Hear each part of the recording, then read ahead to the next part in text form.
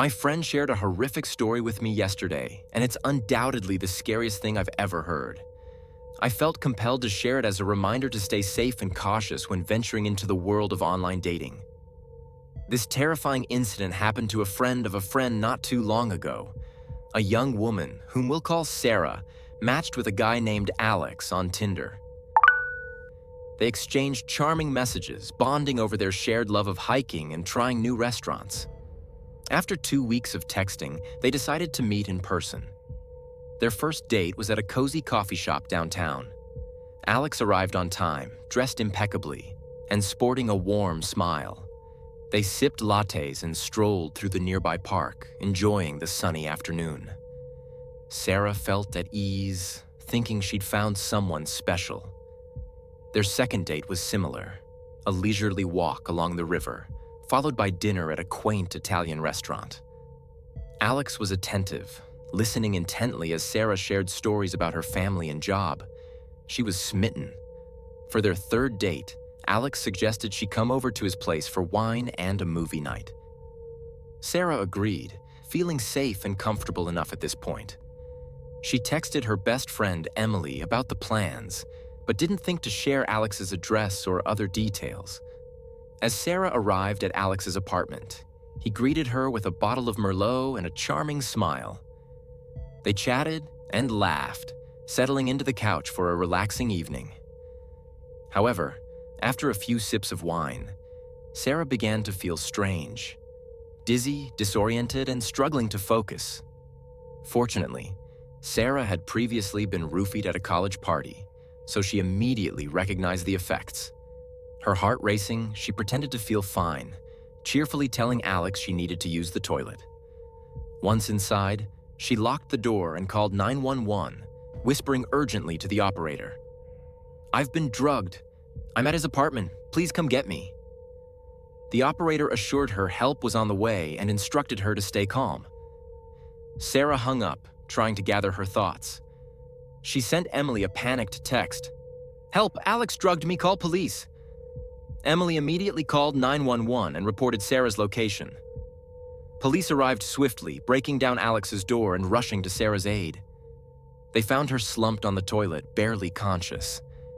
As they carried her out, officers placed a bag over her head to shield her from the disturbing scene Alex had set up in the living room. Sarah later learned that Alex had prepared a twisted, sadistic space, complete with restraints and disturbing props. A few days later, Sarah gave her statement at the police station, still shaken but grateful to be alive. She asked about the bag over her head, wondering if it was a drug-induced hallucination. Police confirmed they had indeed covered her head to spare her the trauma of seeing Alex's preparations. The investigation revealed Alex's dark past. Multiple allegations of sexual assault and drugging.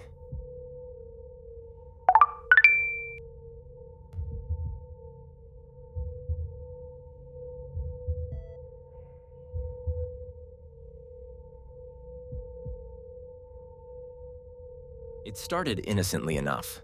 A casual swipe right on Tinder, a few flirtatious messages, and before I knew it, I was engrossed in a conversation with a stranger. His name was Alex, and he seemed charming, if not a bit generic. We chatted for days, exchanging stories and laughter, but something about him didn't quite resonate with me. That was until the night I made the mistake of sharing my workplace. I hadn't thought twice about it, assuming it was harmless. But as I watched a man who bore an uncanny resemblance to Alex walk past my office building, a shiver ran down my spine. I hadn't met him in person, so I couldn't be certain, but the similarity was unnerving. I brushed off the feeling, attributing it to paranoia.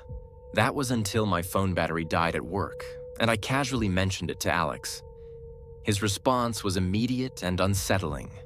Just 10 minutes later, he appeared at my workplace, iPhone charger in hand, sporting a smile that sent my instincts screaming. "You mentioned your phone was dying, thought I'd help," he said, eyes gleaming with an intensity that made my skin crawl. Given his claimed residence on the opposite side of the city, his sudden appearance raised more than a few red flags. Yet, I tried to rationalize his actions as mere kindness. That was until I met him at a nearby bar after work to return the charger. As I handed it back, he leaned in, his voice low and possessive. "You're amazing. I'm so glad we met." I forced a smile, made a hasty excuse, and fled. The real horror unfolded later when I stumbled upon his Instagram post, a beaming selfie with the caption, "I'm now a taken man." We'd barely exchanged 24 messages, but what followed was the most chilling part. For weeks, I'd consistently see Alex lurking around my workplace, his eyes locked onto mine as he strolled past the building exactly at the time I finished my shift. It was as if he'd been monitoring my schedule, studying my every move. My instincts screamed warning, and I knew I had to cut ties. Blocking his number and social media profiles became my priority. The experience left me shaken, a stark reminder of the dangers lurking in the digital shadows.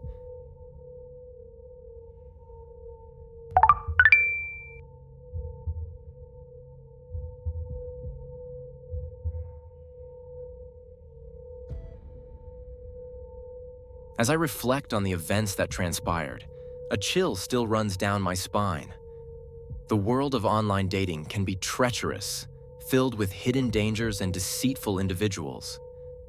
I had been on Tinder for months, swiping through profiles and occasionally matching with someone intriguing. That's when I saw Ryan's profile. Handsome, charming, and seemingly perfect. Our conversation flowed effortlessly, sharing interests from hiking to trying new restaurants. Ryan was smooth, charismatic, and knew exactly what to say to put me at ease. After 2 weeks of texting, we decided to meet in person. Our first date was at a trendy Los Angeles restaurant, where Ryan arrived with flowers and a warm smile. However, I couldn't shake off the feeling that something was off. He seemed evasive about his past relationships and occupation. Despite reservations, when Ryan suggested moving to his apartment for a nightcap, I hesitated but agreed, thinking it would be rude to decline. In hindsight, it was a grave mistake. Upon arriving at his apartment, inconsistencies struck me.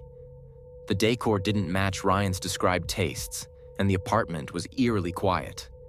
His demeanor changed, becoming increasingly aggressive with lewd comments and unwanted advances. I tried to brush it off, but Ryan's behavior escalated, grabbing my wrists and pinning me to the couch. In that split second, I realized I was in danger. I fought back, broke free, and sprinted out as Ryan chased me, yelling obscenities and threats. Shaken, I hailed a taxi and rushed to a friend's apartment. I called the police, reporting the incident and providing Ryan's address and description. The next morning, I received a disturbing message. "You'll pay for leaving me." I promptly blocked him and sought a restraining order. Days later, I discovered Ryan's true identity. A married man with a history of violence and catfishing using stolen profile pictures.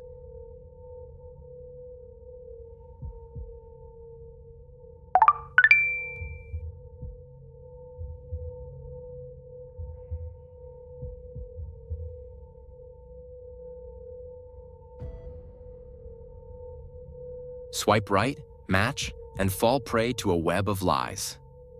Meet Shimon Hayut, the Tinder swindler, whose shocking exploits have captivated millions, inspiring Netflix's hit documentary series. Dive into the true story of heartbreak, deception, and online danger. Shimon Hayut, born in 1990, was an Israeli con artist who leveraged his charm, good looks, and cunning tactics to swindle millions from unsuspecting women on Tinder. His early life remains shrouded in mystery, but his notorious crimes have been well documented. Hayut's journey as the Tinder swindler began around 2015. He created fake profiles on Tinder, posing as Simon Leviev, the son of Israeli diamond mogul Lev Leviev. This fabricated identity granted him instant credibility and allure. Hayut targeted attractive, successful women, often using photos of luxury items, lavish lifestyles, and high-end travel to lure them in. One of Hayut's earliest known victims was Cecilia Fjellhøy, a Norwegian woman who matched with him on Tinder in 2018. Hayut showered Fjellhøy with romantic gestures, expensive gifts, and emotional manipulation. He convinced her that he needed financial assistance due to security concerns and business deals gone sour. Fjellhoy eventually lost over $120,000 to Hayut's deceit. As Hayut's scheme unfolded, more victims emerged. Pernilla Sjöholm from Sweden lost tens of thousands, while Aileen Charlotte from the Netherlands suffered significant financial losses. Hayut's tactics remained consistent: build trust, create a sense of urgency, and exploit his victims' emotions. However, Hayut's victims began noticing red flags. He'd evade video calls, make unusual payment requests, and fail to meet in person. Despite these warning signs, many women remained entranced by Hayut's charm. Some even defended him, unaware of the extent of his deception. In 2018, authorities launched an investigation following multiple complaints.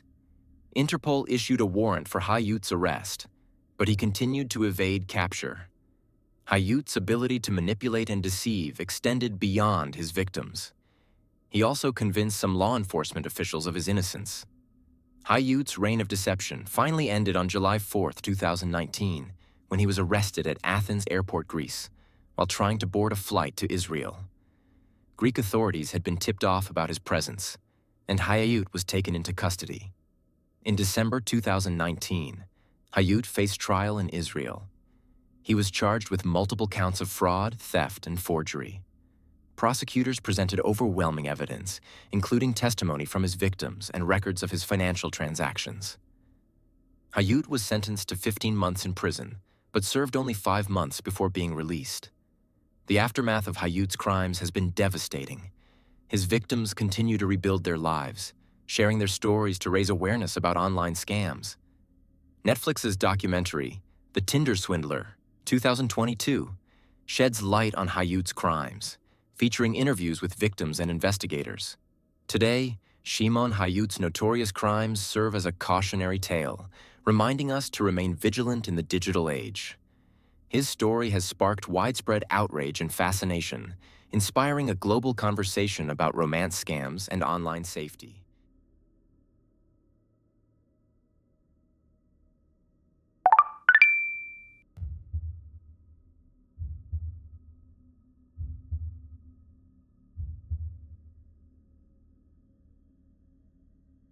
Sydney Loofe, a 24-year-old woman from Lincoln, Nebraska, thought she had found a connection on Tinder. She matched with Bailey Boswell, a charming and handsome stranger, and they agreed to meet for a date. On November 15, 2017, Loofe and Boswell attended a concert in Omaha for their first date. Afterward, they returned to Boswell's apartment, where Loofe sent a Snapchat photo to her friend, saying she was having a great time. However, Loofe never returned home. Days turned into weeks, and Loofe's family reported her missing. Police launched an investigation, tracing Loofe's last known location to Boswell's apartment. As authorities dug deeper, they discovered Boswell's dark past, marred by a history of violence and links to several suspicious disappearances. On December 4, 2017, police found Loofe's body in a rural area, buried beneath a tree. Autopsy reports revealed she had been strangled to death. Boswell and his accomplice, Aubrey Trail, were arrested and charged with Loofe's murder. During the trial, Trail's twisted motivations emerged, a fascination with BDM and recruiting Boswell to help lure victims. The investigation revealed Loofe had unknowingly walked into a trap, targeted by Boswell and Trail for their twisted desires. Loofe's family has since advocated for increased safety measures on dating apps and greater awareness about online dating dangers. In response, Tinder implemented features like photo verification and emergency assistance to prevent similar incidents. Loofe's tragic story serves as a stark reminder of the potential risks associated with online dating.